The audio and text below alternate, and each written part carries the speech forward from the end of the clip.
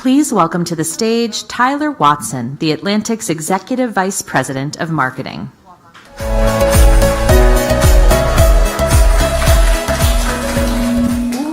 Hi, everybody. Good afternoon. Thank you for the warm welcome. My name is Tyler Watson. I'm the Executive Vice President of Marketing here at The Atlantic. And we're thrilled to welcome you all to this important conversation about equity, technology, and the future of healthcare. New technologies are transforming the global healthcare delivery system. And so today we've convened some experts, scholars, and practitioners to sort of have that conversation where we'll be exploring the policy proposals under review, the programs that have transformed patient care, and the disruptors at the forefront of the healthcare technology revolution. Before we begin, I want to do a quick thank you to our underwriters of this session, Pfizer and City of Hope, and a huge thank you for your generous support of the Atlantic's journalism. So I would ask everybody to please silence your cell phones, but don't silence your voices across social media platforms to share your experience here at the festival using the hashtag TAF23. And with that, we'll let the conversations begin. Thank you. For a conversation asking, can technology close the divide? Please welcome Andrea Ducas, Vice President of Health Policy at the Center for American Progress, Ivor Braden Horn, the Chief Health Equity Officer at Google, Debra Mathews, the Associate Director for Research and Programs for the Johns Hopkins Berman Institute of Bioethics, with Ross Anderson, a staff writer at The Atlantic.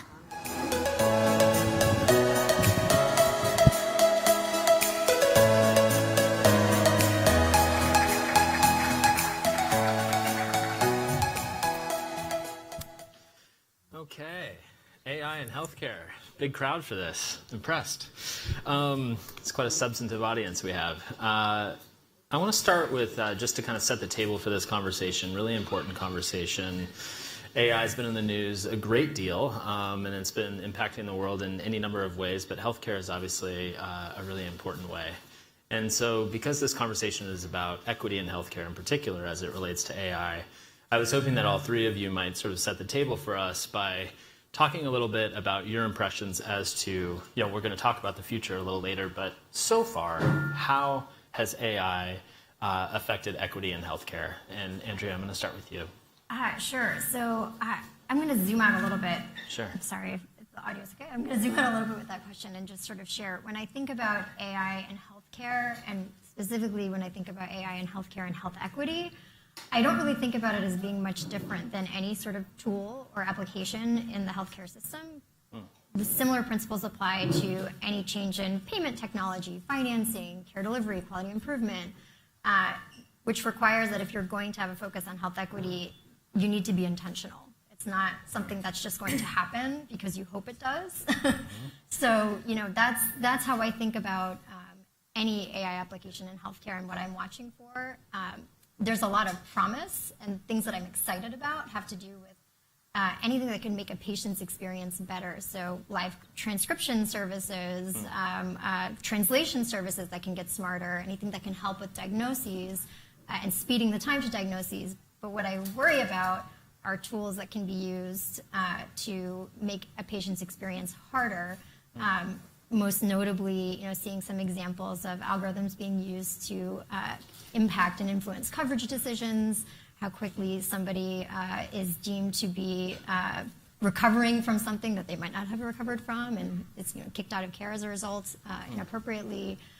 So I think there's pros and cons. I'm looking forward to having more of a discussion, but I wanted to just sort of contextualize that, again, when I think about AI and health equity, it really feels like the principles associated with that are very similar to any change that is coming to the healthcare system. You don't feel like this is like a special category technology? It's like just like the others? No, I definitely do. It definitely is. It is definitely a special category of technology. But I think it's important to remember that principles associated with how to do something with equity in mind, thinking about equity as synonymous with quality, the requirement essentially to acknowledge that equity is an issue and you have to design to fix it, getting buy-in from your organization to actually apply a fix, understanding why a disparity might happen, either because of access to the technology, because of the data underlying the technology, because of how the technology is applied, actually understanding what it is you're solving for, and then applying that fix.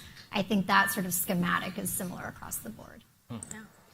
And this is a great question, and I think you're going to hear a common theme between Andrea and I around intentionality. For us, our most important goal is how do we help billions of people be healthier? And in order to help billions of people, that means we have to really think about those who are traditionally marginalized within health and healthcare within systems. And so we have to be intentional about that work. I am excited about where we are. There's a lot of opportunity, and there's also risk that we can exacerbate biases. And we have to really recognize and understand that, so that as we're thinking through the process, how are we thinking through the process? How are we moving upstream? Who are the people at the table having to have those conversations? We are really fortunate. We have a team of health equity experts who are working across our company and partnering with the teams who are thinking about the models, who are building the models, asking the questions, and working with them around who's in the data set, who's not in the data set, who are the people at the table, who are thinking about the questions to ask, what are the risks for harm and bias, and how are we addressing that? Because oftentimes what we think about as harm or bias is different given our lived context and our lived experience and our expertise. So thinking about who's asking those questions is part of the process. So for me, I am excited because we know that there are inequities and disparities built into, and biases built into our healthcare systems and our health systems now that exist. And if we are in this moment intentional about addressing those as we're building models and we're thinking about AI, it's a great opportunity for us to make some corrections and improvements. I want to ask you a little bit about process at Google around these questions in a little bit, but not yet, don't worry. Sure. First, though, you mentioned that we were sort of lingering on the abstraction of that there are these disparities. Can you just color that up a little bit for us? Like, who right now in the American healthcare system in particular are sort of the victim of the largest disparities? So if you think, often we talk about marginalized populations. That can vary from people who are in rural communities. Mm-hmm. You can think about tribal nations, because oftentimes when we look at data and we're using data to make decisions, there's not enough representation in the data where we are intentionally looking at populations. We know from the pandemic, what happened during the pandemic, that primarily people of color, Black people, and marginalized population, Hispanic, Latinx populations, experience worse health outcomes than other populations. We know that when we've thought about how we made decisions, particularly around kidney care and the way that we did the research and how we did those course corrections in our data, actually led to disparities in who received care. We did that in terms of care coordination and who received care support after hospitalizations. So we know that we've had these disparities within our systems, and now what you're seeing is people acknowledging that and working to build within the systems and to do those corrections. And those are opportunities for us to do that. Which part of that? Just speak your mind on any subject. No. Excellent. So same question for you, kind of like, when you think about just at the outset and you look at, the last 5 to 10 years when AI has really become a force in healthcare, what's been good, what's been bad? Where are we now before we start talking about the future? Yeah, I think it's done good. I think it's done harm, and I think it's been meh in lots of cases, right? I think it's been the full spectrum, but great headline. The thing with new technologies, right? Like, yes, should be approached in the same way that lots of other technologies have been approached. Emerging technologies have a sort of standard trajectory when they enter the space, but this is also a little bit different, right? In that it is pervasive, it's incredibly diverse in terms of its applications, and it's often invisible. Right? So, 3 of the questions that I always want to ask are, first, is this new technology safe? Right? What are the risks and benefits? And are they distributed equally or not? Who's suffering the harms? right? Who bears the risks, who enjoys the benefits. And then finally, and I think this is critically important in AI, whose values are driving the development and deployment of this thing, right? Because in AI, which is pervasive and diverse and invisible, the values are actually baked in. And the people who are designing the systems are not the same people who are at risk of being impacted by the inequities. When you said that it's pervasive, and from your perspective, who is driving this? Like, who is pushing this into the healthcare system the most? Is it like cost-cutting CEOs? Is it hospital administrators? Like, where's this coming in the door? Yes. I mean, I think cost-cutting is absolutely a driver of this, right? Health systems are overburdened and underfunded and are always, and many have a profit motive, and so are always looking for ways to cut costs. But there are also just amazing scientists and clinicians who are trying to deploy these technologies to benefit patients at scale. Sure. Right? Yeah, I mean, AlphaFold, Google DeepMind is an incredible AI technology, right? That I don't think it's affecting things just yet, but it's amazing. Let's hang on Google for a second. Ivor, when you think about like building a culture at Google, I've gotten to know some software engineers in my line of work, and many of them are fantastically morally driven, but sometimes they're just trying to build a thing. And I understand that, right? Like they've got very technical and complex problems in front of them, and they're trying to push forward on those problems. But equity might not be always top of mind. And so how do you get people within the company sort of thinking about that at the outset instead of like when someone like me comes knocking at the door? It's such a great question, and I really appreciate it because it's part of the reason that I came to Google, and one of the things that I love about the culture of our company. One of the things that we do is I focus on a few things with our team. So first of all, our team came from the thoughts from our leader, our chief health officer. It wasn't about health equity sort of as an afterthought. It's really sitting side by side and thinking about, as you're thinking about quality and thinking about our clinical expertise, it is part of our values that we think about equity, we think about our ethics, we make sure that we're evidence-based, and we want to make sure that we're safe and we're protecting the privacy of the people that we're working with. And so our team's task is, how do we build that into the way that we work, and how do we build that into the infrastructure? Because I can talk to people about health equity and what health equity is. I can do education and awareness, but that is really just like a little part of it.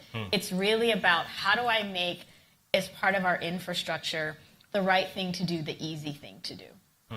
And so for our teams, people don't always recognize we have a huge research, product, and go-to-market team. So our team works across the entire company, and we have people who have expertise in health, and clinicians, and biostatisticians, and data scientists who have backgrounds and expertise in health equity, working with those teams as they're doing the research and understanding the data models, and understanding the data sets, what's not there, and who should be at the table. We're bringing in other health equity experts to say, what are the things that we need to be thinking about in terms of bias, in terms of fairness, in terms of those domains around social drivers of health as well? Yeah. And then we have a team of experts who are looking at it, who are testing as we're going through. So we have an approach of go slow and test things. And that's really part of what our team does, sitting side by side, working with the teams and with the engineers. To your point, engineers want to know what they need to do, and they want guidance, and we want to make sure that they have the tools to do it. Can you tell us about a time when you or someone on your team got pushback from the engineering core? I'm not asking you to name names, of course, but like, if you want to, it'd be great. But no. But a time where you had to have some actually tough conversations where people actually were like, well, going slow actually doesn't suit our needs or our larger business goals or our career goals. Oh, wow. I think what's really interesting is that our teams who are working in the health space really understand the impact of their work on the outcomes of real people. one of our key values is to respect the user. And we think about that patient and that provider and how are we working with them as part of that process. And the ways that we do that is really through partnership and making sure that we're bringing them along. I wouldn't say that I get pushback. The question is how. The question is, how do I do that? There's information that I don't have that I need you to help me understand and help me to build that. But I would say I've gotten to some degree the opposite. I came with a question because I'm not an engineer. I'm a physician and a researcher, to say this is a problem that I want to solve. Like, can you help me solve it? Because and everyone else, like medicine, they were like, no, don't think about disparities. You can't close gaps in that big of a way. But the engineers, no one had told them no yet. And so they went away and they said, surely you've got some check the box thing, Ivor, that you can give us. I was like, actually, no, I don't. Yeah. And so for them, they went out and they said, let's solve this problem. And so what we're working with them on is this is a new space. We are really learning in a lot of these ways. Like for us, we are fortunate. Some of the people who originally worked on the AI work, they are sitting side by side with us, and they're recognizing these new problems to solve, and they're working with us on solving them as it relates to, and thinking about as it relates to health equity. So I wouldn't say pushback, just a lot of, so how am I going to do that? Like, what do I need to do that? Yeah. I want to that's talking inside like a single company, although a massive company. Popping that out to like health systems in general, Andrea and Debra, could you tell us a little bit about, like at the system level, how the kind of drive for efficiency and equity can sometimes be opposed and how you resolve that tension? Yeah, it is a very significant tension, and why I sort of contextualized my first answer to you in the way that I did. Those are often fundamentally at odds with each other, which is a bigger problem with the health system in America. But one of the things that I wanted to share in terms of the earlier question about how you do this effectively is you regulate it for sure. Yeah. I think there's well-intentioned actors, many well-intentioned actors, and even the best of intentions still don't necessarily all see or acknowledge what the breadth and potential scope or scale of the disparities they might be exacerbating could look like. But I think regulation is very important for AI in healthcare, and I know we'll get into that, I'm sure. But in terms of that tension between the drive for efficiency and equity, I think that's why we're seeing some of the negative use cases becoming as prevalent as they are, when the primary driver of a system is turning a profit. Yep. That's what's going to motivate most of your actions, right? That's going to motivate. Talk about the negative use cases. What comes to mind? I'm just thinking of one of the more recent examples. The Stat had a really excellent investigation earlier this year about algorithms being used, again, I mentioned this earlier, to predict when people would recover from an illness, right? And those determinations appear to be associated with when insurers are deciding that somebody should be recovered, and then payment ceases. Yeah. So that's an example. Were they reverse engineering that from like the actuarial stuff, or how? Just based on clinical data, right? Everything about this person would suggest that they should heal from this issue within X number of days. But that's a determination not based on any sort of actual clinical knowledge about that individual. It's inferred from a data set. Yeah. And it's problematic. Yeah, and I think when you have things like that, it's who's not in the data set. Yes. And what I'm going to get really geeky here. What variables are not in the data set, and what factors are not taken into consideration, because it's kind of garbage in, garbage out. So you have to really think about what's the factors that contribute to that person's coming into the hospital. Did they come in later? What are the social services that they have outside? What's their lived context and support? And those things oftentimes when we have these sort of basic models that are we don't really take those things into consideration as part of the process. And that is really the importance of partnership and understanding what's happening with people who are living the experience and boots on the ground, and having that context as part of the process is really important. That will only be important, though, if you require that it's going to be important. True. And it's not just about what variables are in the data set, but how the data's in the variable, or the variables in the data set are shaped. Yes. Right? So there's this very well-known paper by Obermeyer and colleagues where they found that We're on. yeah. We'll just give you a citation list after this. Sorry this has gotten so heated up here. But basically the way the data are labeled, right, that they were using a label of healthcare costs to predict health, right? But people of color systematically have lower access to healthcare and so cost less, but they are not more healthy. Yes. Right? So if you're making decisions based on that kind of proxy, you're going to garbage in, garbage out. Debra, I want to hang with you for a second because you've worked in bioethics for a long time. And bioethics really, you're taking stock of a lot of sort of cutting edge technologies and their potential implications. How is AI different than something like CRISPR or something like stem cells and sort of how you're thinking about it?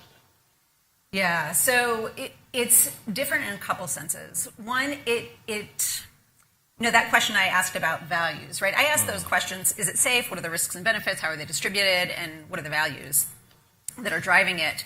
When I'm thinking about those molecular biology-based technologies, I generally think like, what are the values? What are the values, but in a particular sense, right? Do the technologies bear on a fundamental question of human value? Like what's life, right? Or should we be modifying the human genome, right? AI is a little bit different because of it's not a biological technology, right? It's a zeros and ones technology, but as I mentioned earlier, the values are baked into the system, and those values then have impact at scale, right? And the people who are creating the systems are a very small subset of the human population and of human experience. Sure. And if their values are the ones that are getting baked in, this is problematic, right? And could you name some of the values that that particular tech elite might hold that would be particularly harmful in this setting? Well, I mean, I'll give you an example from the New York Times this morning, right? That Palantir wants to get a contract with the UK National Health Service, right, to manage all of their data. That's a profit-driven organization with a broad footprint in military and other and law enforcement, et cetera. And the sets of values that drive that kind of for-profit organization don't necessarily mesh with the kinds of values that run the National Health Service. So I'll give you a concrete example from genetics. Okay, so I'm a geneticist by training, so I think about this space a lot. The sort of predominant values in science governing data collection, sharing, and use are the FAIR principles. Findable, accessible, interoperable, and reusable. I'm up here. I have it on paper just in case. But my indigenous colleagues have come up with a different set of principles, right? The CARE principles. Collective benefit, authority to control, our responsibility and ethics. I did it. You can imagine that the kind of system for data stewardship driven by the FAIR principles would be a very different sort of thing than the kind of data system that was designed based on the CARE principles. That makes a lot of sense. I have another question for all three of you. It's easy to be cynical about Congress. The government is about to shut down. What time is it? I can understand not having a whole lot of faith that we're going to get a great AI bill over the line in the coming years. However, on the other hand, they are talking about it a lot, right? There's an AI hearing on the Hill constantly. I know AI executives are here, even when they're not in the news. They're meeting with people on the Hill constantly. And so I think there is some public will for this. It's going to be a huge issue in the election for regulating AI.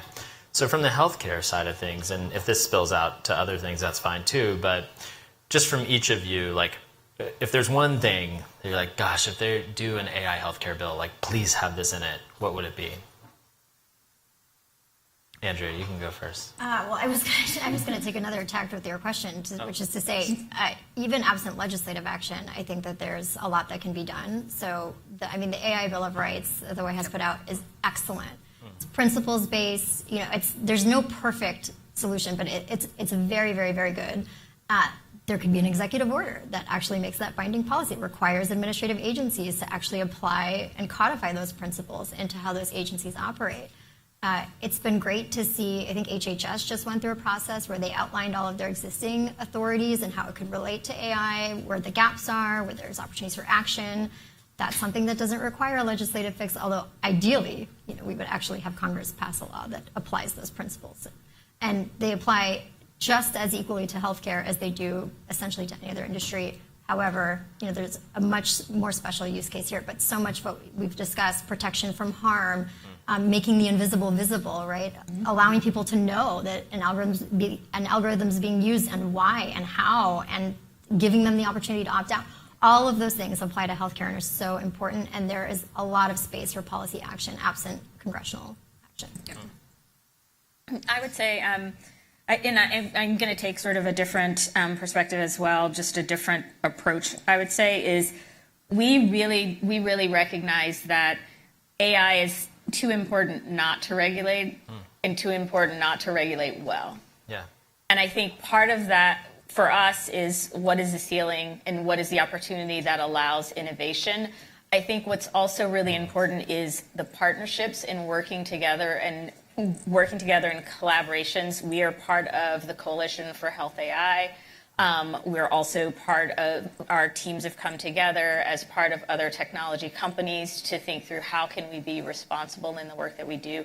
And so for us, it is really about how can we be responsible, because we define our work really by our AI principles. That means we need to make sure that it's socially beneficial, that we are addressing fairness and bias, that we are scientific and evidence-based and driven, and that those fundamental ethics that you are talking about, like those are things that we think about in teams that work with us and help through the development of these, the process of this technology development. So for us, it's important that it happens, and it's important that it's done well. Yeah, yes, and so I get more. I would also say that we need to think. I like the AI, the EU's AI Act sort of risk-based approach, but I want us to broaden how we think about risk. Right? Historically, in this country, we think about risk on an individual level. Right? This has population-level impacts. And we need to start developing metrics and measures and tools to assess population-level impacts, and then have a policy, a governance approach that is sufficiently reflexive and responsive that it can actually course correct when it finds signals in the data that suggest we need to take a slightly different tact. We don't have a lot of time left, but I do have one more question for all three of you. We've been talking at a pretty abstract level of systems and big companies and this sort of thing. Let's take it into the experience of a patient. A lot of people people in this room, myself, are going to our medical caregivers and may not know that we're interacting with AI systems. So if you had tips for patients and how they should be approaching that, what questions they should be asking their doctor, this is your chance. Yeah. Just ask the blunt question, is AI at play in this room with me? Right? Are you using a system to analyze my data, to diagnose me, to chat with me when I send you follow-up questions? Just requesting that transparency. And if you want to take in a copy of the AI Bill of Rights by OSTP, also highly recommend that. No, I think it's really important. I'm a physician by training, and I loved when patients brought in information. When they brought in that paper and they asked a question. I'm a pediatrician, and moms and dads have always read the book. Like they've got this question from a book, or they've got this question from an article, or the thing that their friend told them. And it is really important for people to be able to ask those questions. Like part of my work is building tools for people to be able to ask questions more effectively.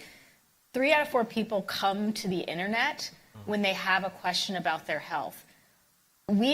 Our task every day is to make sure that there's authoritative, accurate information when they ask those questions. And I want them to ask that question. Who all's in the room with me? Like as a physician, I know grandma's there. I know her girlfriends are there. I know dad's friends are there. You can ask the same question of the physician when you walk in the room. Who's helping with making this decision and getting that information and staying until you get the understanding of what's going on? I call it the doorknob question. If my hand is on the doorknob and you haven't gotten all your questions answered, stop me. And so for people, when you have all this information, it doesn't quite connect, stop. And so that's my... Yeah, I think in some instances, clinicians might not know the answer to that question. That's true. Yeah. So what I would recommend is even bringing it down another level, just to ask, how did you make that decision? What makes you think this, right? And walking through the physician's thought process or the provider's thought process. But I'm glad you asked this question because it reminded me of something else I wanted to share, which is that, when people are making a decision about who to see, right, a provider to see, their number one concern is prior to CAP, I was at our Wood Johnson Foundation and funded a lot of research into this. The people's number one concern is that doctor going to treat me with respect? Then it's, will they take my insurance, which is very important. Then will they share in decision making with me? Are they responsive to phone calls? And then all the way at the bottom of that 1 through 5 list is, do they have adequate professional skill? Right? There's something very sacred about the clinician-patient relationship that AI should not be superseding. That should be a tool that actually makes that stronger. And so absolutely, part of the care team conversation should involve, this is what I'm using to make this decision. This is what's informing my judgment about your case. So I'm really glad you asked that. Well, that's a perfect... so go ahead. I wanted to go back to what you said, because you said this earlier. It's a tool in their toolbox. Just like I use my stethoscope, understanding that this is a tool in the toolbox. AI is not going to replace the physician or the nurse or the caregiver because it's a human interaction. It cannot see that expression on their face. It cannot see the hesitancy. It cannot see the tears. And so it's really important to understand that it's a tool in the toolbox and for clinicians to understand that as well. Andrea, Ivor, Debra, this is really great. Thanks for coming out today.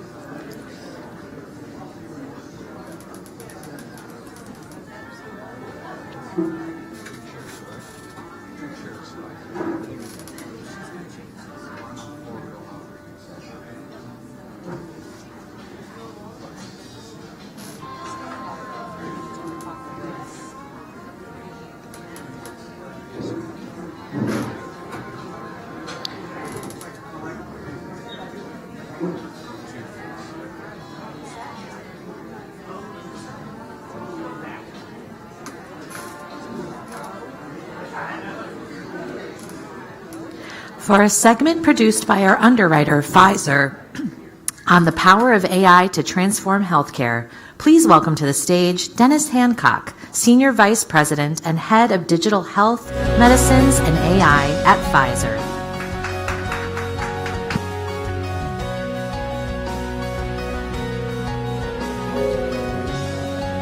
Good afternoon, everyone.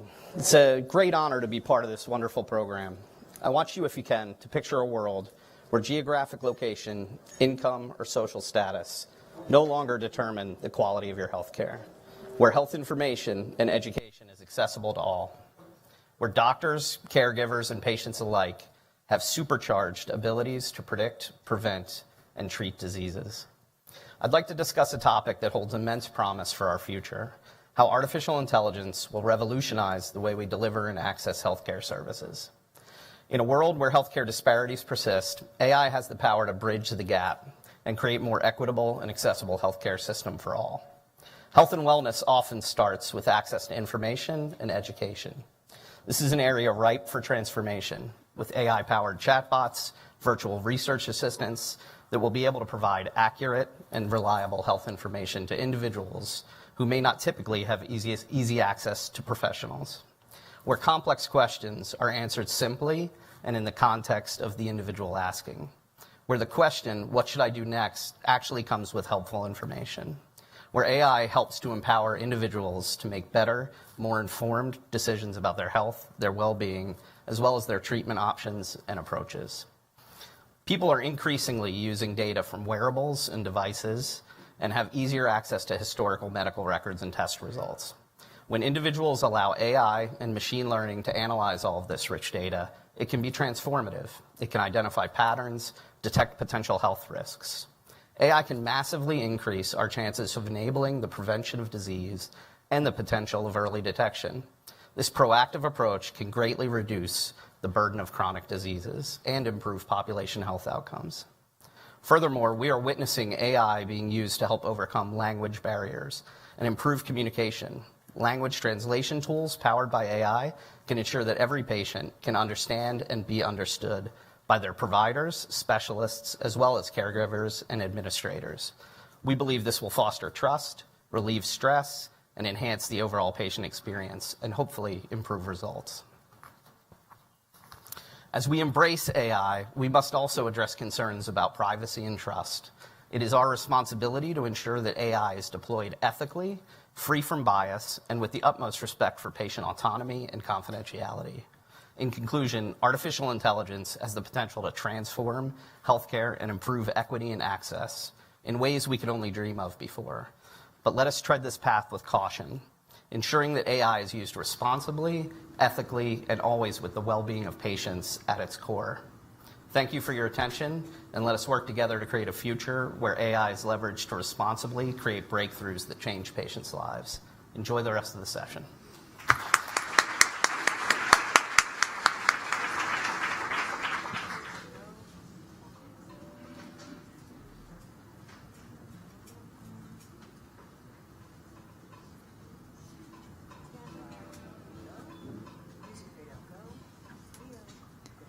And now to discuss the case for diversity in healthcare and medicine, please welcome the Secretary of the Department of Health and Human Services, Xavier Becerra. Here to lead the conversation is Vann R. Newkirk II, a senior editor at The Atlantic.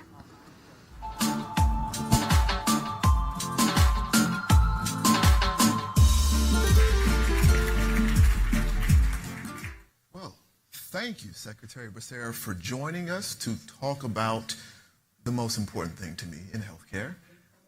And I understand that today is a very busy day for you. What do you got planned this weekend? Well, you could tell me what the House is going to do. I can tell you everything I'm going to do this weekend. But seriously, we're talking about diversity in healthcare. And I do want to know, I want to open up by asking, with the threat of a shutdown looming, how might that affect your ongoing efforts with diversity and health equity? Every which way it affects us. Everything health, whether it's administration and distribution of vaccines, whether it is continuing to see people enroll in health care coverage through the Affordable Care Act, whether it is continuing to work on improving the conditions of maternal health coverage throughout this country, whether it's making sure that the unwind process in the Medicare redeterminations that started after the public health emergency got pulled down, that we make sure millions of Americans don't lose their insurance unnecessarily. All that's impacted when you have 90,000 people, a budget that's probably, I think it ranks like the 9th economic power in the world, about 1.7 trillion. You shut the government down, you affect us. So you started your job. You were sort of thrown into the fire of the pandemic, right? And how did you prioritize diversity and health equity in trying to address the issues in the pandemic? When I was AG, we began something we called privacy by design. Because California has been taking on this issue of privacy in social media, we started saying no longer will we tolerate people's privacy being violated. So from now on, we're going to require industries to include equity, or include privacy in the design of their algorithms and all they do to try to reach out to communities. I took that, and when I got to HHS, I said, everything we do when it comes to healthcare, equity will be in there. So we have equity by design in all the programs, all the initiatives that we are putting out there and pushing. We start by making sure that equity is in the design of that program. Early on, I know one of the stories that I covered was the fact that there were so many really durable disparities in outcomes from COVID, and we were always trying to figure out what sort of the contributing factors were. Have we addressed that? How are we addressing that? We're addressing it, but it's not been addressed. The fact that when I walked into this position, as I was getting briefed on COVID, remember in 2021 spring, it was intense. I was hearing the numbers, and the numbers, I'll give you April, May numbers. About 2/3 of white American adults had received their first vaccination by April, May of 2021. Less than 50% of Black and Latinos had. We were beginning to see what we always see baked into our system, the disparities that grow. We said, no, you can't have that. And so, again, equity by design, what we said is we're not going to wait for folks to come to us, because there are a lot of folks who work 2 jobs, have kids at home. They don't have time to have heard the news and know exactly where to go. Don't have insurance. All of a sudden they think they can't get the vaccine. A lot of folks who don't have immigration status, think they're not included. We said, no, we're going to go to them. And so that's what we did. January 2022, I got the numbers. 90%, more than 90% of white American adults had received at least one vaccine. January 2022, more than 90% of Black, Latino, Asian, Native Americans adults had received at least one vaccine. We erased the disparity because we didn't wait for folks to come to us. We went to them. Now, the title of our session is A Case for Diversity in Healthcare and Medicine. And make that case for us, please. In 2 seconds, I'll make the case for you. I'm an affirmative action baby. I got into Stanford University. I had good grades. High school came pretty easy for me, but I didn't score at the top when it came to the SAT. I did well, but when you have a university that could accept nothing but 4+ whatever GPAs with virtually perfect SAT scores, they didn't need to go with me. They rolled the dice. I'm sitting here, you're interviewing the Secretary of Health and Human Services, only 25. So just all you're doing is just give people a chance. My dad would always say, let me wake up in the morning and go to work. It will be a good day. That's it. Just give me a chance. And that's all that affirmative action is saying, give people a chance who didn't before. My dad couldn't walk into restaurants because of the signs that said no dogs, Negroes, or Mexicans allowed. So how is he ever going to have a chance to get into college when he had to leave school after 6th grade because he was the oldest of 8 and had to start working to help support the family? But he did everything he could to make sure his kids got some education. But could I get through that door at Stanford by myself? I did. But somebody needed to say, we're going to roll the dice and give you a chance. Well, what perspectives, first of all, shout out to affirmative action babies. Maybe. What perspectives do you think you bring to the job that maybe weren't there before? Anybody heard of 988? 988, I hope you have. You heard of 911? Okay, then you should know 988. 988 is for those who are going through a mental health crisis, what 911 is for anyone who's experienced an emergency. You are on the verge of going in the wrong direction, and you make that one last call, it should be to 988. You know someone who's on the verge of cracking? 988. That's the new number that we've helped stand up with 50 states to make sure that people have someone they can reach, and they will reach someone. In the last year, more than 6 million contacts have been made, people reaching out. The reason I mention that is some people don't know about it still. Other people still don't know if they can trust it. There's a lot of stigma in certain communities, especially minority communities, when it comes to mental health. How do you get people to open up? Well, We set up lines that are dedicated to LGBTQI community. We set up a Spanish language line. We are reaching out to communities that are underserved to make sure that they know that they should help us set up call centers in their communities. We have a line that's dedicated to veterans because we know the veteran suicide rate is really high. And guess what? Folks are calling. And so how do you reach? It's not difficult. You just got to go to them. And once they know, they'll come. You mentioned affirmative action earlier, and I do want to talk about, you wrote a letter about the Supreme Court's affirmative action decision. Tell us more about that letter and what that decision means to your department. We know that the best health care comes when people trust the caregiver. Think about how many people today don't want their kids to get vaccinated. Why? Because they've heard all this stuff in social media, and they're starting to think, I better think twice before I let that little microchip get injected into my kid with the vaccine. Now think about people who, again, don't have the same kind of access that the folks sitting here today have to that kind of information, to challenge it, to get others' voices, who only hear something in the news or hear someone like a relative say, do you hear about that vaccine and what it did and how it, blah, blah, blah. And so how do you get folks to believe? On health care, if you don't trust your doctor, you're not going to do a lot of important things. What makes you more likely to trust your doctor? When the moment you walk in, you look at that doctor, God, you look just like me. I can relate to you right away. I don't know you that well, but I'm going to give you a chance. If someone comes in, by the way, this happens a lot to black women who go in when they are pregnant.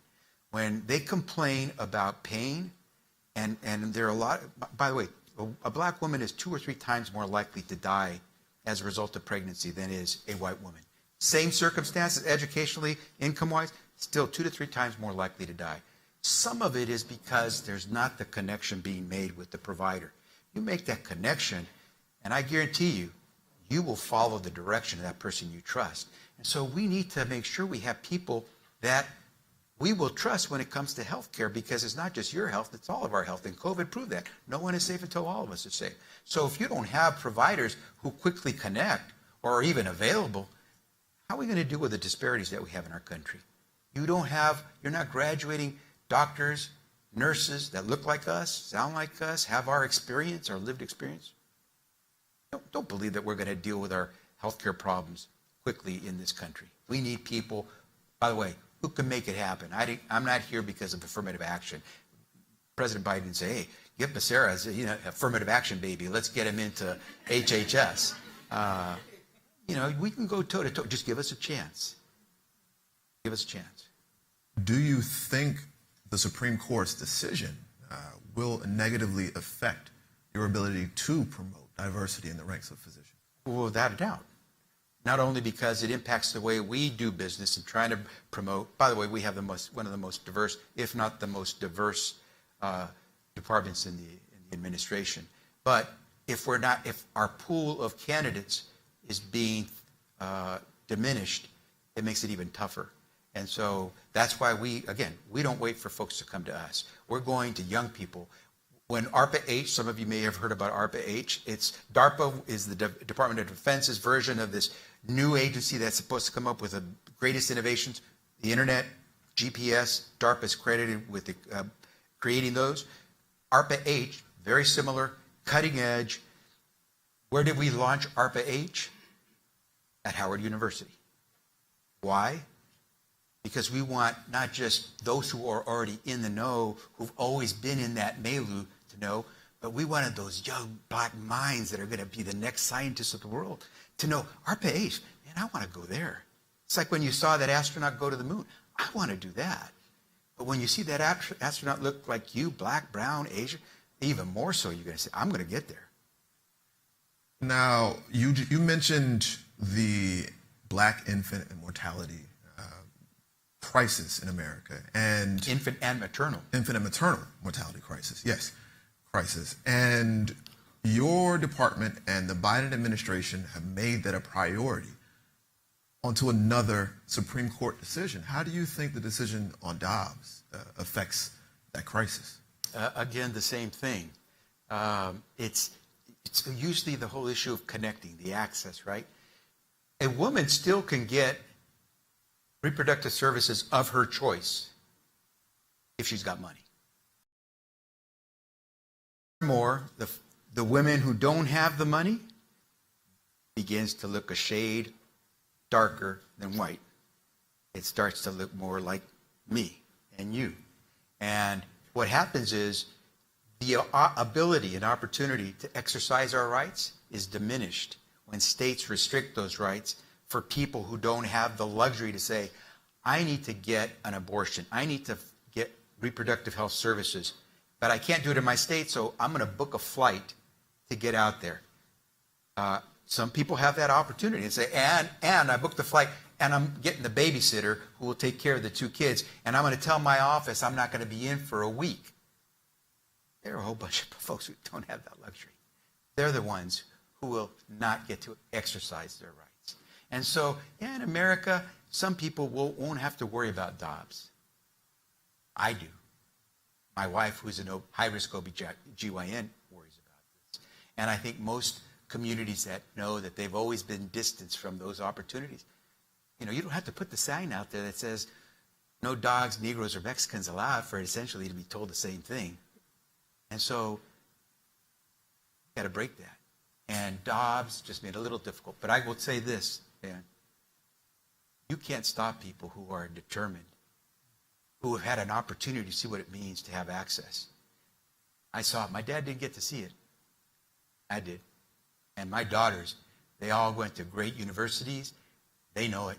And so it's going to be different, but it's taking time, and we can't afford to keep people like my 3 daughters who are just awesome from being able to be everything they can be.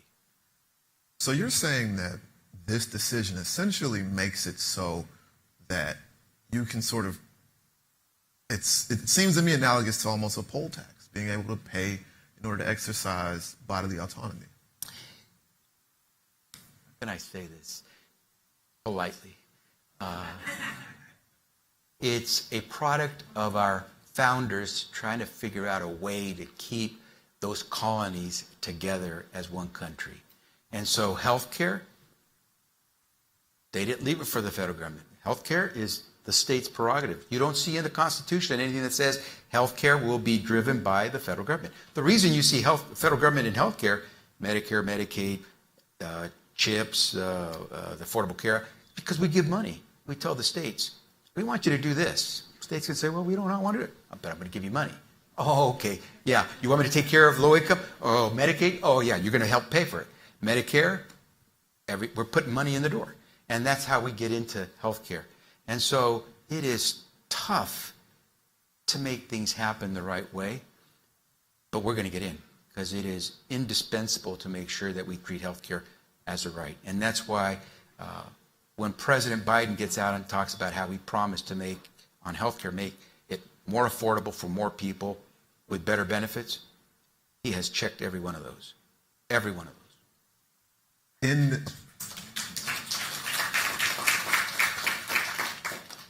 In this legal and political environment, what levers are there that are available to increase diversity in the ranks of providers? Especially we're talking med schools, universities that are likely going to be risk averse when it comes to this decision. You know, I actually don't need a whole lot of legal levers. I just need to keep the law from getting in my way. So the law says I can't cherry pick. I can't do quotas. The law says I can't hire you simply because of race. But if I have a pool of very qualified people, and among them are folks who have the rainbow of America there, I can select from any one of those folks who made it into that pool of qualified individuals. Nothing stops me from saying, well, that one person out of 30 who happens to be black, I'm going to hire. Because if that person's eligible, I can hire. Now, someone may challenge me and say, hey, 1 out of 30, that's who you happen to go with? So long as you're eligible, I can take anyone I want. And so I just need to make sure there's a pool. And unfortunately, when Supreme Court tells me that medical schools are going to have a harder time recruiting that pool. It makes it harder for me to make sure there's even 1 out of 30 that I can look to. But I guarantee you, if you're that one and get your kids in there, I'm going to try. And that's why Department of Health and Human Services is one of the most diverse departments in the nation. Earlier on, you talked about Medicaid as one of your tools in promoting health equity and diversity. And we've seen there have been a remarkable number of people who have gone off the rolls. We've seen an increase in child uninsurance for the first time in a long time. What's going on there, and are those issues of equity and diversity? Yeah, and I want to make sure we level set here, because the Medicaid process that we're going through, which, by the way, every year we go through, just like you do, if you've got health insurance, you've got to enroll for your health insurance every year. So in Medicaid, no different, and you got to qualify for Medicaid. For 3 years, people didn't have to qualify because we were in a state of emergency. And so we just simply said, if you're on, you get to stay on while we're in this state of pandemic emergency. Emergency now got lifted, so now you got to go back to re-enrolling. A lot of folks for 3 years didn't have to answer the mail they got from the state Medicaid office saying, re-enroll or whatever else. A lot of folks are now churning out of the system, many of them who still qualify. What matters here is how many Americans have insurance. So some will say, I saw that number today that said that 7 million people have been disenrolled from Medicaid. And that's one of the numbers that's been put out there. What that number doesn't tell you is how many of them actually have re-enrolled into Medicaid because they did qualify, or how many are now in coverage through the Affordable Care Act because they no longer qualify for Medicaid, but they did for ACA coverage. And what we believe is important is how many Americans have access to health care because they're insured. Before the pandemic started and the emergency was called, the Medicaid program had about 70 million people enrolled in Medicaid. Today, even after we've seen large numbers of disenrollment, there are more than 90 million Americans who are still on Medicaid. We know that we've lost some Americans from Medicaid, some because they no longer qualify, some because of problems the states are having with their programs. But we also know that a lot of Americans are either getting re-enrolled or getting other insurance, employer, ACA. What we want to do is at the end of the disenrollment process, or the redetermination process, better say, that Americans still have access to care, public or private. That's our goal. We're working with the states because we don't administer Medicaid. It's a state-administered program. Again, we give them dollars, and we're going to try to make sure. Some states are better than others. I'll take you to Texas and Florida. They could do far more work to keep their families, especially kids, enrolled. Other states are, thank God, my state of California, doing a pretty good job. But at the end of the day, whatever it is, we want to make sure that no one loses care that they're entitled to receive. It strikes me that during the pandemic, we had an experiment in expanding programs like Medicaid. We also saw the near elimination of child poverty. Yes. We saw this massive expansion of Medicaid and other programs. What did we learn about those programs in that time? We learned that they work. We learned that if you give a family a child tax credit, it keeps people out of poverty. We learned that if you keep the Medicaid rolls available to people, they stay healthier. There are a lot of those Americans, in those millions of Americans that we've heard about that got disenrolled, who live in states that did not expand Medicaid coverage the way the Affordable Care Act made possible. Think about this deal. I'm willing to pay 90% of what your cost will be for health care for that resident of your state to have health insurance through Medicaid. So you can expand it to cover people that wouldn't otherwise qualify traditionally. There's still about 10 states that have said, no deal. There's still millions of Americans who would qualify under federal law to get access to health care, Medicaid coverage, if states would just say yes. Many of the folks that you're hearing about being disenrolled from the Medicaid program during this process of redetermination are folks who should be able to re-qualify if a state only expanded their Medicaid coverage. Those 2 states I mentioned earlier are among those, by the way. Very quickly, before we go, I do want to ask one last question, and that's how do you ensure that things you are doing to increase diversity and health equity are durable, say, between administrations over time? We are pushing at HHS to really just reframe the paradigm here. If you think about it, we are probably the most sophisticated country when it is about keeping you alive. But as I just mentioned earlier, when a woman is 2 or 3 times more likely to die giving birth if she's black or Native American than if she's white, we don't do a really good job of promoting your wellness. And at HHS, we're all about promoting wellness care, not illness care. Food is medicine. Think about it a second if you haven't already. Of course it makes sense. Of course the best way to keep you healthy is to feed you medicine that is good for you from the day you're born. Fruits, vegetables, nuts, berries. Why don't we promote that? Why do we have food deserts where there are communities that don't have a grocery store nearby their home? Lots of fast food restaurants, but not a grocery store with fresh foods. If we can go towards, well, Frederick Douglass said it really well. It is easier to build strong children than to repair broken men. We're in the business of repairing broken men and women. My mom said it even more succinctly. Mejor prevenir que remediar. Better to prevent than to remediate. Our healthcare system should be about preventing, not simply remediating. It should be about wellness, not about illness. And that's where we're trying to go.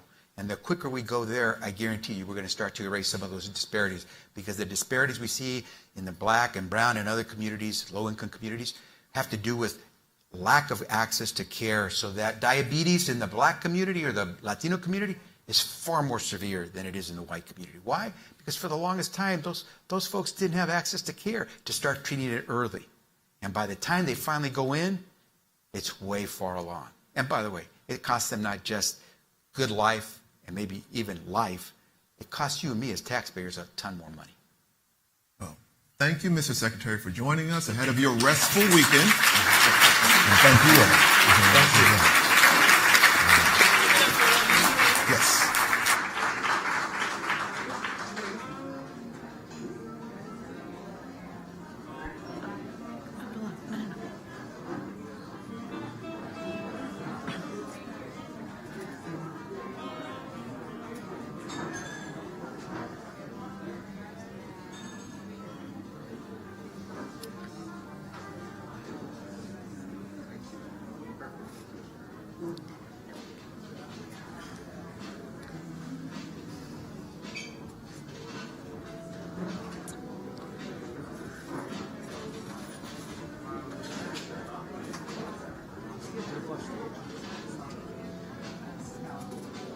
Get him on.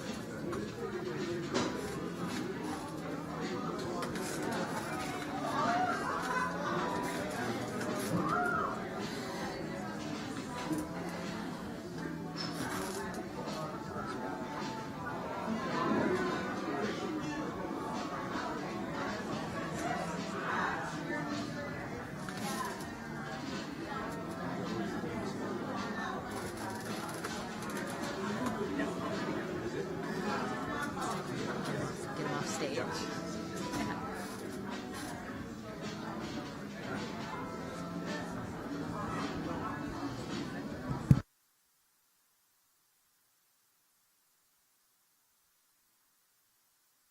Please take your seats.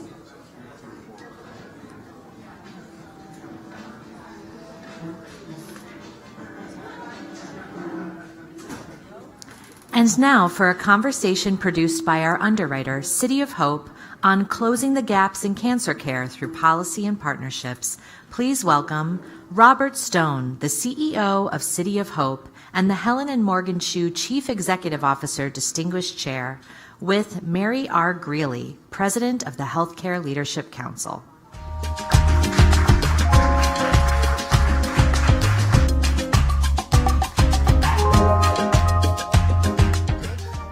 We'll see. Toughest part of the interview. For you. Yes.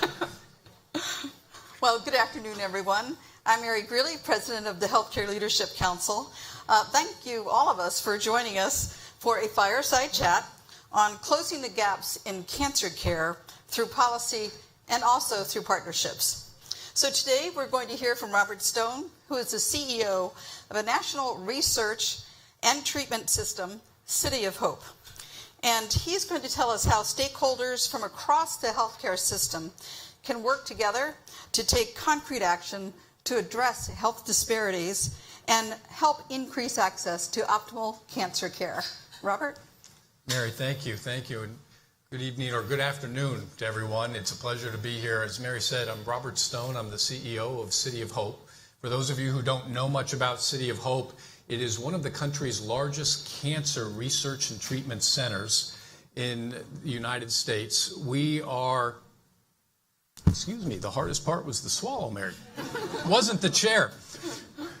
We see approximately 150,000 distinct patients that have cancer every year. We have the highest rating from the National Cancer Institute, which puts us in the upper echelon of NCI-designated comprehensive cancer centers. We are one of the few standalone centers, and what that means is we are not part of a university or a larger health system. We only do cancer. We were founded in 1913 in tents outside of the city of Los Angeles. We were the birthplace of biotech, literally, and we now have expanded across the country, and we have cancer-only hospitals in Atlanta, Chicago, and in Phoenix, Arizona. Thank you, Robert. Well, making cancer care more equitable, I think we all would agree, is a multifaceted issue. And that we see gaps that really vary across different populations and also across types of cancer. So from your perspective, where do you see equity being most needed? Well, Mary, it's needed in a lot of places, but I think the first step is to realize the connection between access and survival, particularly survival for complex cancers where you really need the expertise at an academic medical center where doctors have subspecialty and specialty focus on a wide variety of cancers. Think of it this way. Today, there are many people who should be cured of their cancer, and they're not. We have people who should be living years, decades, and they're dying prematurely. And we know that your cancer outcome is largely dependent on your zip code and on how close you live to a comprehensive cancer center. So here's the challenge.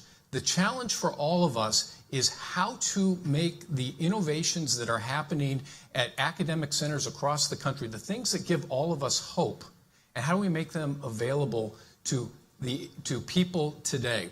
Here, it's not, I think the challenge, Mary, is it's not looking at way off AI tools, breakthrough treatments that are on the horizon, technologies that are going to be developed.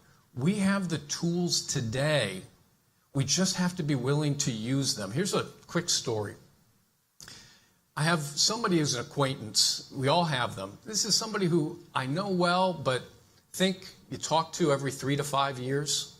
She called me up and she said, I have cancer. I have a question for you. I don't want to bother you. I don't want anything from City of Hope. I don't want you to do anything. But I've been told that it may be serious and I need to see a specialist. The specialist that I was referred to said they have an appointment in 14 weeks. Do you think that's too long? Well, yeah, I think that's too long. Here's the thing. She could call me. In fact, I suspect that many of you in the audience have your own connections, your own networks, that if you have to face cancer, you have people you can call for advice.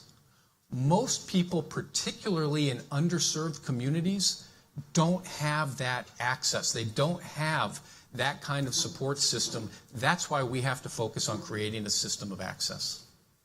Well, Robert, you've really highlighted this issue of access and the challenge. And it seems to me that it's far greater than any one care organization can really address or tackle. So why do you find partnerships and collaboration so important in trying to tackle this access issue? And what is City of Hope doing in that regard? Well, Mary, let me give you a little background, a little context first, and then I'll tell you what City of Hope is doing. Cancer care is different. It's just different. The way that we pay for and deliver care for other diseases don't work for cancer. Cancer has a 4-letter word, and that 4-letter word is wait. Cancer patients cannot wait. And as we look into the future, here's the problem. There is research that shows your outcome is going to be far better, especially for hard-to-treat cancers, if you get your care at an NCI comprehensive cancer center. The research is evident.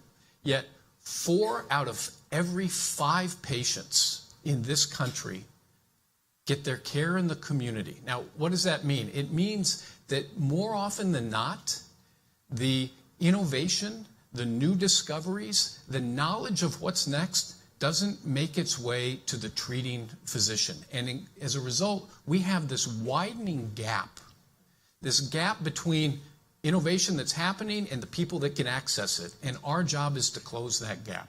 So you asked, what is City of Hope doing? We're taking action on a variety of fronts, but I'll give you just 4, many of which you really can replicate across the country. One is, I mentioned that we've grown. We've transformed into an organization that now is national, and it allows us to export, not force patients to come to us, but export expertise like in bone marrow transplantation, clinical trials, and cellular therapy. That means re-engineering a patient's own immune system so that it can fight the cancer itself. Okay? We're partnering. We've built partnerships with community organizations to do things like focus on early detection and prevention of cancer. We've formed the Cancer is Different Coalition in California, which is a coalition of like-minded organizations that are focused on policy reform and legislation, and it's led to the nation's first Bill of Rights for cancer patients. If you're a cancer patient, what should you expect? And it more recently led to the passage in California of the Cancer Care Equity Act, which gives more Californians the ability to access optimal cancer care, particularly in underserved communities. Fourth thing is we formed a company, a nonprofit company called Access Hope. And Access Hope was designed with the idea that we can impact collectively the care of cancer patients that don't come to a City of Hope facility. That we can elevate the care in the community by partnering with treating physicians to make sure that a patient has the right diagnosis and the right treatment plan. And you mentioned partnerships. We found like-minded organizations who view cancer as the competition, not each other. Dana-Farber Cancer Institute in Boston, Northwestern in Chicago, Emory in Atlanta, the Fred Hutch in Seattle, and just last week we announced that Johns Hopkins will be the most recent foundational partner in this effort. It's a way of coming together so that it's patient-focused and gets that innovation that I was discussing into the hands of the right doctors. Well, it's wonderful to hear of that type of collaboration and being able to disseminate that great treatment to the local community. So you mentioned that you did support the Cancer Care Equity Act. What role do you see for government in addressing this access issue? Well, the government needs to realize that cancer care is different, and that if you try to treat it the same as other diseases, it isn't going to work. So much talk today, and I'm sure you've heard it throughout the conference is about cost and value, right? In my experience, value-based care is defined largely by cost avoidance, cost savings, and by physicians who can mitigate risk. It involves a series of fairly complex equations in which dollars are the main variable. I got to tell you, ladies and gentlemen, and this I think will resonate with all of you, patients don't care about equations, and they don't care about containment. What they care about is far more intangible and I believe far more important. They care about survival. They care about the care experience, about restoring quality of life, about getting back to the way they were before diagnosis. A cancer diagnosis changes your life. And here's the most important thing, Mary. I'm not saying cost doesn't matter, but if we can get the right treatment to the right patient at the right time, in the right location, and get it right the first time, we can avoid unnecessary costs and we can avoid bad outcomes. And the care that's provided at comprehensive cancer centers is value-based. It's value-based in terms of saving lives, lowering the cost of care in the long term, and through economic benefit that people don't even talk about, that includes people returning to the workforce, people who are survivors having an economic lift to our economy, people who want to stabilize the home because parents and kids are no longer stricken with cancer, which takes over the whole family. Those are the things that I think we should be talking about, and we're not when we talk about value-based care. Great. Well, Robert, we're at time, but I consider that a wonderful takeaway, and I'd love to have you explain that to the Congressional Budget Office when they're scoring these investments in healthcare. So please join me in thanking Robert Stone. Thank you.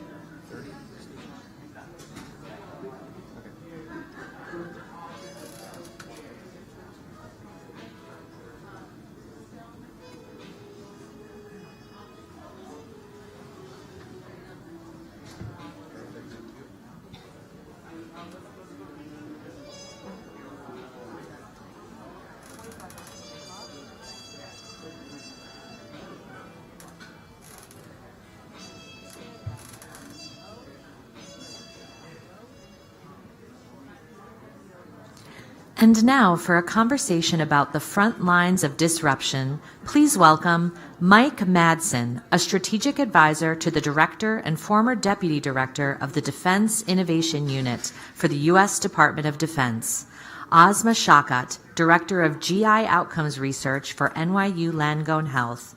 Here to lead the conversation is Christina Ruffini, a correspondent for CBS News.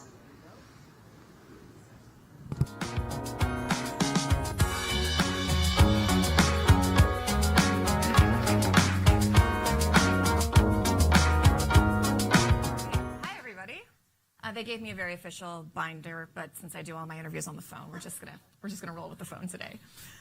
So we're here to talk about AI outcomes and medicine and the technology advancing and wearables and what that means for our future and whether it's going to benefit us or whether our overlords are coming for our medical records, which I'm going to ask you about all those things. But Mike, I want to start with you. Can you explain? We were talking a little bit about backstage about this program that you guys did with DoD with this wearable that started right before COVID-19 and then ended up giving you really useful predictive data on who and who would not get the virus. Yeah, certainly.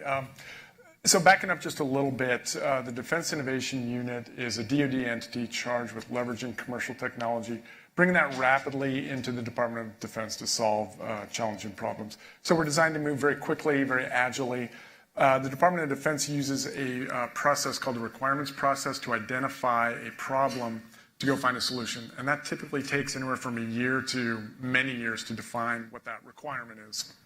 And so in this case, the project was called RATE, Rapid Assessment of the Threat Environment. Because it can't be a government project without a great acronym. Have to have an acronym. The best is when we have acronyms made up of acronyms. We can get into those later. Please don't do that to us. Okay.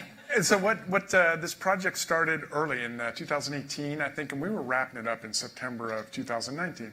And the intent was to use wearables and artificial intelligence to be able to identify DoD people who are going to come down with contagious illnesses. At that time, it was flus, colds, all of those kind of things. So COVID wasn't necessarily on the radar. COVID wasn't even in the radar. We wrapped it up September 2019. We started seeing COVID in, December of 2019, 2020 is really when it took effect. And so we were able to rapidly pivot. So we didn't have to go back to that one-year requirement process. We could rapidly pivot to what the problem was, which was COVID at the time. And we developed a prototype. We have 11,000 participants now, and we use watches. I have a watch here and a ring. This is an Oura ring that gathers all kinds of data, gathers great sleep data too, by the way. And what it did is it all came together into this AI/ML machine learning algorithm to be able to predict when people were going to be come down with COVID. And what we found, the algorithm got so good that we were able to identify 48 hours in advance of symptom onset or testing. And in some cases, 6 days in advance of symptoms or testing. So when you think about that from a readiness perspective, and the Department of Defense, you could then isolate someone who was sick with COVID, but no one knew about it for another 6 days, isolate them, limit the exposure going through the rest of that organization. And what was the feedback from the people who were wearing the wearables? Were they on board with this thought, or when you tried to pull them out 6 days before they were even sick, did they look at you guys like they were crazy? No, it's people were on board. In fact, I was a participant in it, and the way we did it, you have an app on your phone where every day you check it, and it's a rate score, and it was 0 to 100, and mine hovered around 5 or 6 for months and months at a time. And I actually wound up getting COVID in February of 2021, I think, right before the vaccine came out, and it took me out for like 3 weeks. But I'm looking at my rate score, it's fine. And then one day it goes to like 50 or so. And by the way, I was a pilot in the Air Force, and if anything's broken, you just tap on the gauge. So I did the same thing. I looked at my phone, and I'm like, this thing is broken. It's not working. Inspiring a lot of confidence over here, okay? And I'm like, well, I don't know what's going on. And sure enough, like 2 or 3 days later, I was out cold for like 3 weeks. So once people saw the efficiency and the effectiveness of the algorithms, we had people signing up, coming to us and wanting to join the prototype. And in fact, we had to turn a lot of folks away until we got more equipment that we could then deploy. Wow. All right. So we're going to come back to that in a second. So, Asma, when you're doing these procedures in the real world, you work on colonoscopies, you work on actual patients. How are you implementing AI in your daily practice? Are you using it quite often? And what is the reaction from your patients? Yeah, absolutely. So for context, I'm a practicing physician, I'm a gastroenterologist, and also a health services researcher. And, the questions that come up are, how can we use all these really valuable tools, some that we've talked about all day today, and apply them to our patients? And the two areas that are very exciting, one is in the realm of prevention. So picking up where, on the same thread that Mike was talking about, identifying patients who are at risk for certain conditions early and bringing them to care. So for instance, when we talk about population health, it's really hard to reach everybody and bring them to the physician. Also, we know that a lot of patients, because of disparities, other reasons, never come and see us in clinic. So it's not a good solution to wait till they're in clinic to address their high blood pressure, their diabetes, their cancer screening. But most places don't have the manpower to have somebody look through all the files and say, well, this person hasn't been in here long enough, soon Absolutely. This person needs to come in for a checkup. That's not something that, at least my doctor's office doesn't really do. Absolutely, and that's where machine learning can actually help us. We can actually identify based on things that we do know about risk factors, but also things that the human eye can't tell, but these, very fancy AI algorithms can identify individuals most at likely for having a complication from diabetes, a cardiovascular event from high blood pressure, or a cancer because they haven't been screened. Then we can devote our resources, such as navigation, on those individuals and pick up the phone and say, dear Mr. Smith, our records indicate you haven't been in you might be at risk because of your diabetes, hypertension. We'd love to see you. What can we do to bring you to care? What help do you need? Is it transport? Is it refills? How can we help you? Do you not have a primary care doctor? So that's one application similar to identifying them for COVID. The other application is making our everyday practice more efficient, effective, and safer. So the idea isn't that we replace the physician. So I'll still do the colonoscopy, but we've worked on this computer-aided detection, which looks along with me. So the idea is, because we do so many colonoscopies and they're pretty high volume, the human eye can get tired, and physicians are known to miss things. And this can result in a very devastating cancer, very shortly thereafter.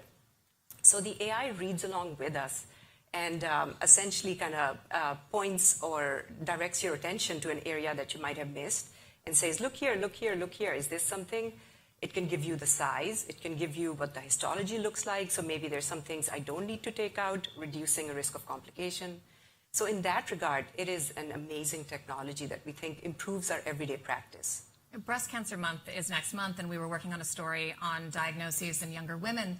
And the doctor we were speaking to just earlier this week, I told her we were going to do this panel, and I asked her if they're using AI, and she said something similar to you. She said, we're not using it yet necessarily to read the radiography, not to diagnose, but she says, I use it because if I look at the screen and I don't see something, I want someone to double check me. And she's like, and if the AI says it really doesn't see anything, that gives her confidence to tell her patient that there's nothing there. And Mike, you guys are also working on some imaging stuff with very fancy microscopes that I probably can't pronounce. Can you tell us what those do? Right, it's ARM. Oh, Augmented reality microscopes. Yes, another acronym for everyone, because that's the way we roll. That was a bit of a letdown. All right. ARM. Sorry, we'll come up with something more creative. Thank you.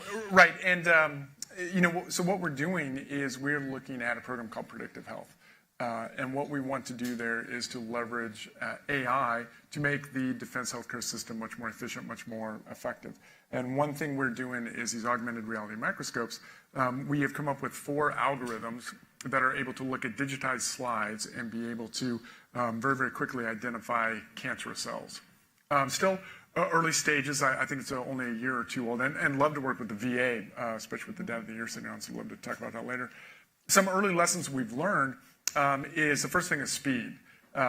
We've found that pathologists that use AI-enabled capabilities are able to do things much more quickly, much more efficiently and effectively than without that technology.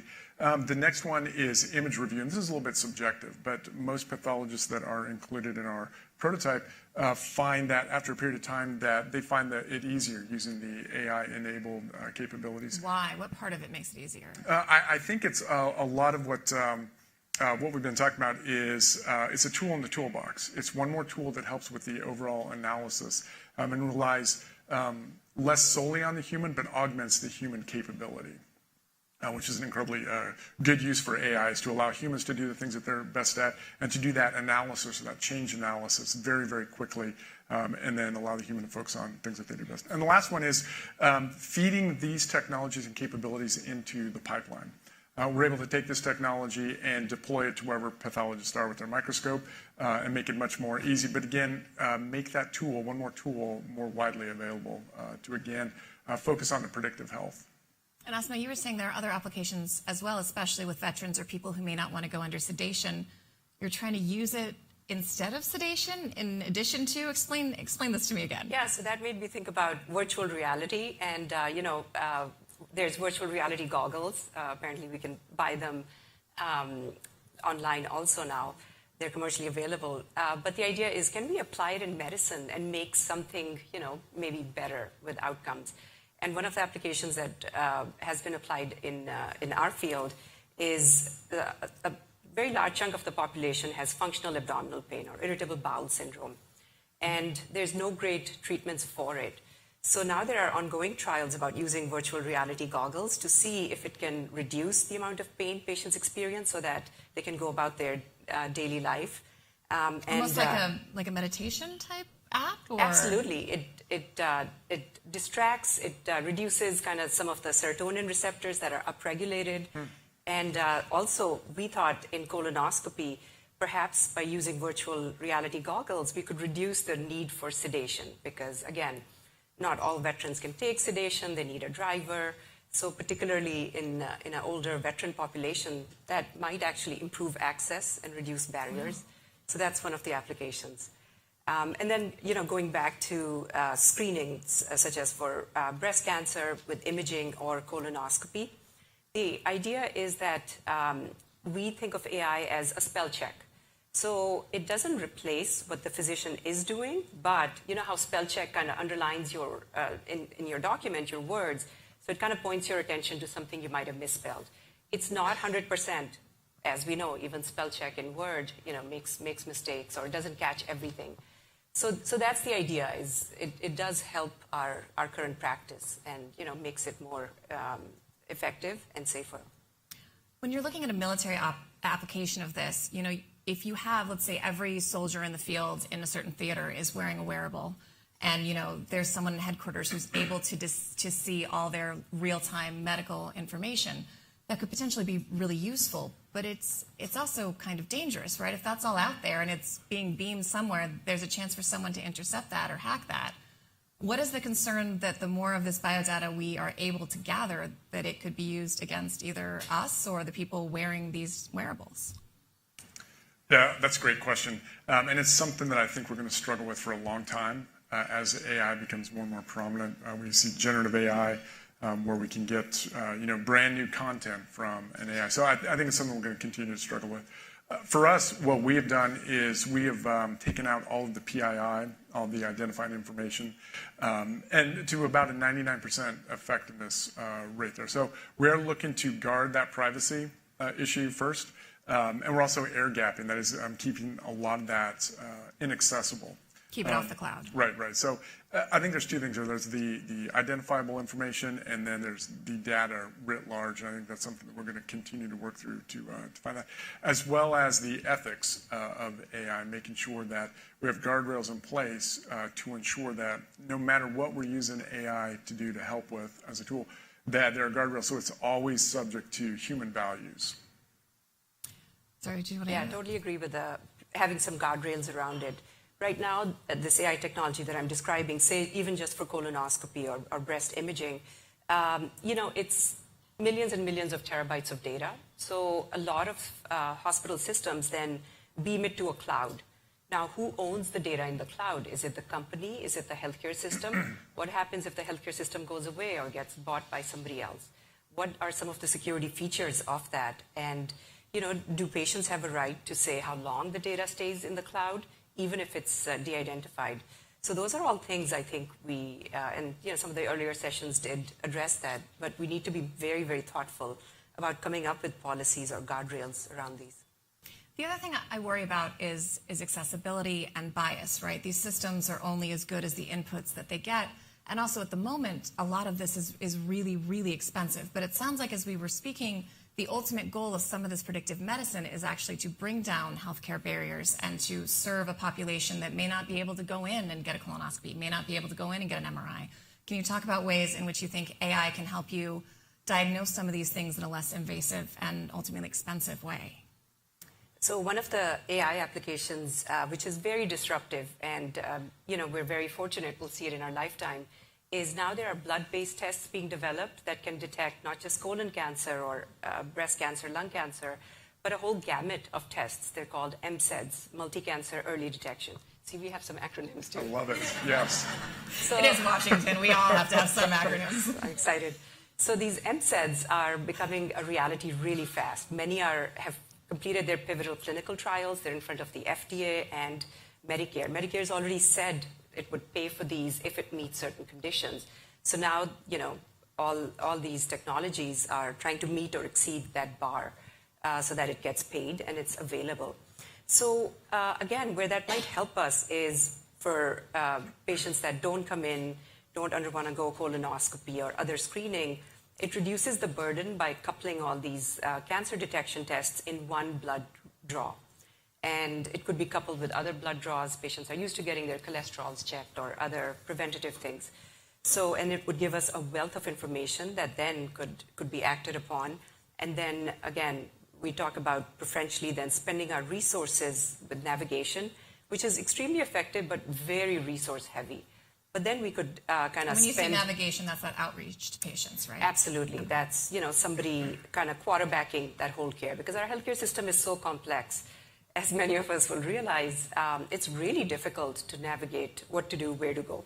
So the idea is these team of individuals then kind of bring you to the care that you need, but we focus it on the ones that are at highest risk or, have the most difficulty accessing. I'd like to pull on that thread a little bit on the cost of it and that kind of intersection there.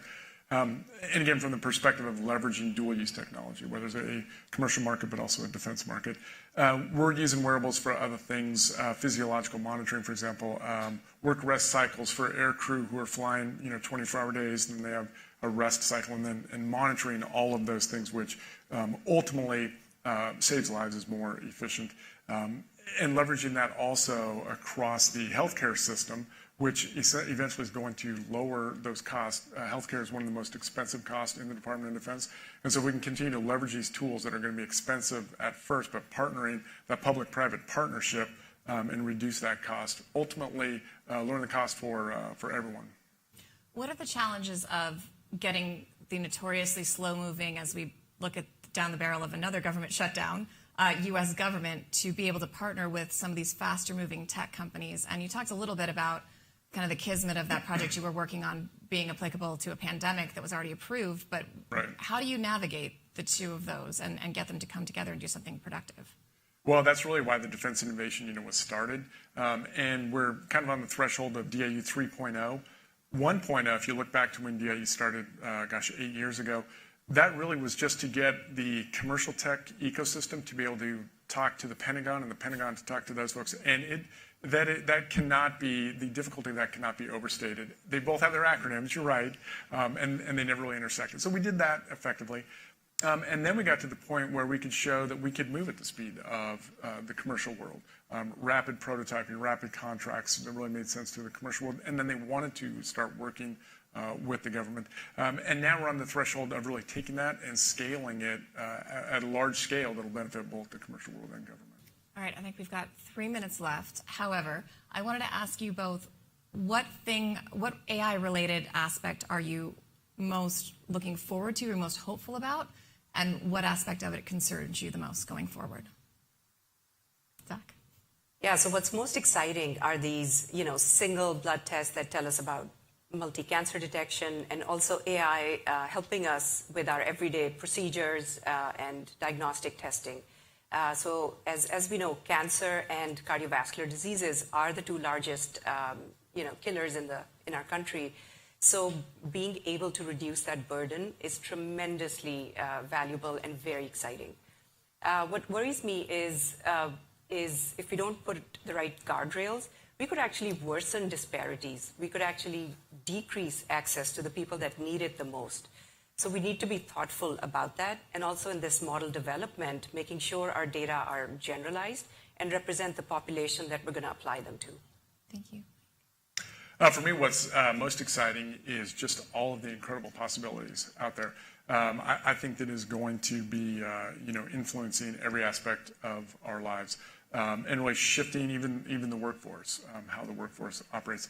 But I think that also the ethics of AI is very, very concerning. And if we don't get not only way ahead of that, but stay up with where we are on the ethics of AI and don't set the right guardrails up, I think that we could be setting ourselves up for a very bad situation. And I equate it to driving a car.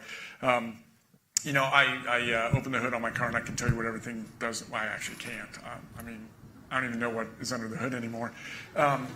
But driving along, if I'm cruising along and I set the adaptive cruise control that will speed up, slow down, pass, all those things, and I decide I'm going to go, flying 85, 90 miles an hour down 95, wait, like 25 miles an hour down 95, am I kidding? Speeding in front of a cop, that's the human piece of it, right? And so we need to make sure we have that dashboard so that the machine is not taking us faster than what we want to go, and so that the machine is actually subject to human values. All right, and on that note, thank you all so much. Thank you both for coming. Thank you all for coming with us. And more to come, I guess. Sure. You want us to stand, sit, dance? Okay.